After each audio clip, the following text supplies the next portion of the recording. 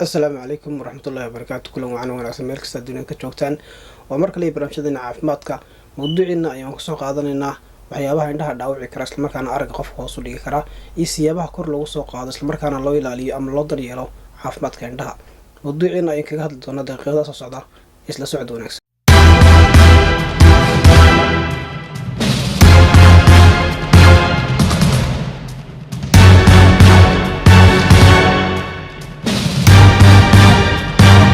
كل معنا مركل wanaagsan soo dhawaada mawduucina sidan hordhiciba ku sheegnay waxa uu ku saabsan yahay caafimaadka indhaha iyo sida loo daryeelo indhaha maadaama sanadadii dambe ay ku soo badanayeen dadka Soomaalida xanuunada indhaha ku dhaca kuwaas marka dambe keeni kara in qofku marka indhaha waayo ama sidoo kale aragga qofku marka indhaha ay daciifaan. marka laga hadlayo siyaabaha kor loogu qaado aragga indhaha iyo sidoo kale daryeelka indhaha waxaa ka mid ah in qofku uu sameeyo baaritaan joogto ah. marka waxa qofka caawinaysa in laga hortago dhaawacyada indhaha soo gaaraya iyo sidoo kale xanuunada indhaha ku dhici kara kuwaas marka qaarkood qofku u horseedi kara in aragga marka indhuhu ay meesha ka baxdo sidaan u tibaaxnay hordhiciba.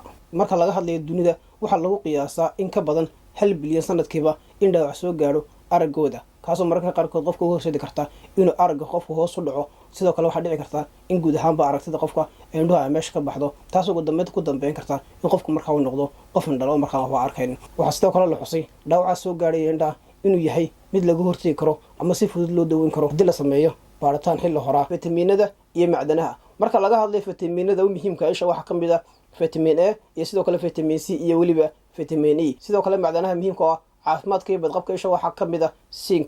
marka laga hadlayo maadooyinkan iyo fitamiinada la isku daray waxay ka hortagayaan cudurka loo yaqaano macular degeneration kaasoo inta badan dhaawaca qaybta ratiinada ee marka u qaabilsan aragga. haddaba marka laga hadlayo meelaha ayuu qofku ka heli karaa macdanahan iyo sidoo kale fitamiinadan xusnay. fitamiinadan iyo macdanahan xusnay waxa laga heli karaa sida cuntooyinka ka mid yihiin kaaroodka iyo sidoo kale barbarooniga. waxa kaloo ka mid ah cuntooyinka laga helo strawberry-ga. waxa sidoo kale laga helaa baradhada macaan ama sweet potato iyagu dambeynta noocyada kala duwan ee liinta sida liin macaanta iyo liin dhanaanta. inta waxa soo raacda qofka lagula talinaya si kor loogu qaado caafimaadka indhaha gaar ahaan aragtida qofka nooca loo yaqaan kalluunka salmonka ee ku jirto omega 3 fatty acids. saliidda nooca loo yaqaan flaxseed oo hoos u dhigi karta maadada cholesterol oo halis ku ah caafimaadka indhaha. qodobka labaad waxa sidoo kale qofka loo soo jeedinayaa inaanay ilaawin waxa loo yaqaan carotenoidka. carotenoidka marka laga hadlayo waa nafaqooyin inta badan kuwa horumaraya aragtida qofka. maadooyinka ku jira waxa ka mid ah lutein iyo sidoo kale zeaxanthin. labadan maado waxay marka qofka ay ka caawiyaan isla markaana laga helaa qaybta dambe ee marka ratiinada ee qofka marka u qaabilsan aragtida. labadan maado ay xusno wax laga heli karaa khudradda gaar ahaana barakoliga sidoo kale waxa laga heli karaa ukunta ama beedka. balse sidoo kale labadan maado lutein iyo sidoo kale zeaxanthin wuxuu qofku heli karaa iyadoo marka laga sameeyay dawooyin taasoo marka uu si caadi u qaadanayo haddii marka ay ku yar yihiin cuntada marka qofku cuno. dhinaca kale marka laga hadlayo labada maado shaqadeedu waxa tahay inay hoos u dhigaan xanuunka ku dhaca qaybta loo yaqaan makulada ee marka aragga isha ku qaabilsan ee ratiinada. dhinaca kale marka laga hadlayo waxa carotenoidsku ay ka caawiyaan in la horumariyo kala garashada iftiinada noocyada kala duwan ee marka isha soo gaaraya gaar ahaan qaybta loo yaqaan makulada oo marka ku taala qaybta dhexe ee ratiinada oo aragga isha marka u qaabilsan. sidoo kale marka laga hadlayo carotenoidsku waxay ka hortagaan qaybta loo yaqaan makulada isha gaar ahaan inay si sax ah u kala saarto midabada iyo sidoo kale inay nuugaan iftiinka loo yaqaan UV-ga iyo iftiinka buluuga oo labadooda marka wax yeeli kara caafimaadka isha isla markaana hoos u dhigi kara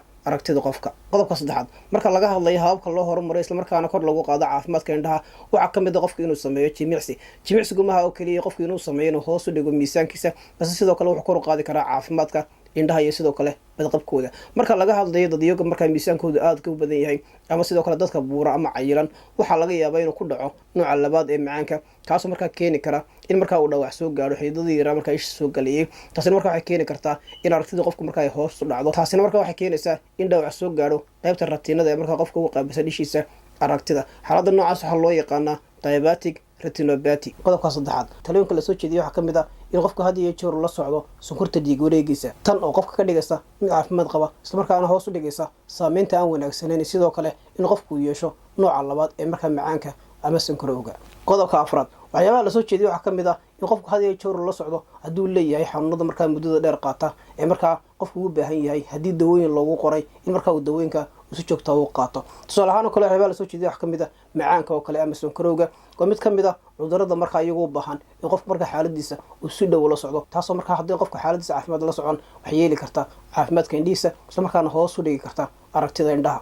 xaaladaha caafimaad ee kale la xuso waxaa ka mid ah cadaadiska dhiigga ee qofka oo markaa aada u sarreeya kaasoo isaga laftigiisu wax yeeli kara caafimaadka isha kaasoo inta badan lala xidhiidhiyo inuu keeno inflammation kaasoo ku yimaado islamarkaana dhaawici kara aragtida isha. qodobka shanaad islamarkaana ka mid ah qodobadan kaga hadlayno siyaabaha loo horumaro islamarkaana dib loogu soo celiyo caafimaadka indhaha haddii markaa ay waxyeeli gaadho waxaa ka mid ah inuu qofku xidho waxyaabaha ka hortegaya in dhaawac soo gaadho indhihiisii taasoo loo eegayo shaqada markaa qofku hayo. haddii qofku ka shaqeynayo meel geerasho oo markaa baabuurta lagu sameeyo ama waxaa loo yaqaano wildanka ee markaa baabuurta lagu farsameeyo inuu xidho markaa muraayadaha ka hortaga taasi markaa waxay ka hortagaysaa in indhihii markaa dhaawac soo gaadho. waxaa kaloo ka mid ah hadduu qofku sameynayo tijaabooyin tusaale ahaan oo kale ardayda iskuulka joogta waxaa laga yaabaa inay sameeyaan tijaabooyin iyadoo chemicals iyo waxyaabaa markaa la isku dardarayo waxaa lasoo jeedinaya in qofku xidho waxyaabaha markaa ka hortaga uu noqonayo indhihii markaa dhaawac soo gaadho. sigaar cabistu waxay sare u qaadaa samaysanka xubka indhaha kaasoo markaa hoos u dhiga aragtida isha balse marka laga hadlayo nasiib wanaag haddii qofku joojiyo sigaar cabista saacadda ugu horeysa waxaa dib soo kabanaya wadnihii samabadii iyo indhihii taasina markaa hoos u dhigaysaa inflammationkii ama bararkii isbedelka ku imanayay xididada yarar markaa dhiigga tan oo halis ku ahayd sanadadii badneed ee markaa qofku sigaarka isticmaalayay. qodobka toddobaad marka laga hadlayo hababka loo horumariyo islamarkaana kor loogu qaado caafimaadka indhaha iyo aragtida waxaa ka mid ah in qofku raaco xeerka loo yaqaano 20-20-20. marka laga hadlayo faa'iidadiis waxaa tahay in indhihii la nastiyo islamarkaana kor loo qaado caafimaadkii iyo markaa aragtidii indhaha. tan markaa waxay faa'iido u tahay dadka markaa iyaga ku shaqeeya kombiyuutarada iyo markaa waxyaabaha la midka waxaynu naqaanaa marka qofku kombiyuutar dul fadhiyo in markaa indhihiisu ay yihiin kuwa markaa si adag u shaqeynaya oo la socdo dhaqdhaqaaqa markaa kombiyuutarka ama hawsha markaa uu hayo taasoo markaa ka dhigan xeerkan in qofku markaa uu dabaqo. xeerkan 20-20 waxay ka dhigan tahay inuu qofku eego waxaana hoos u dhigayaa murqihii indhaha ee markaa aada u kala baxsanaa taasoo laga yaabo in qofku markaa indhihiisa iyo aragtida markaa uu dhaawac soo gaadho. tan micnaheedu waxay tahay in 20 daqiiqaba uu qofku markaa kombiyuutarka baktiyo isagoo markaa eegaya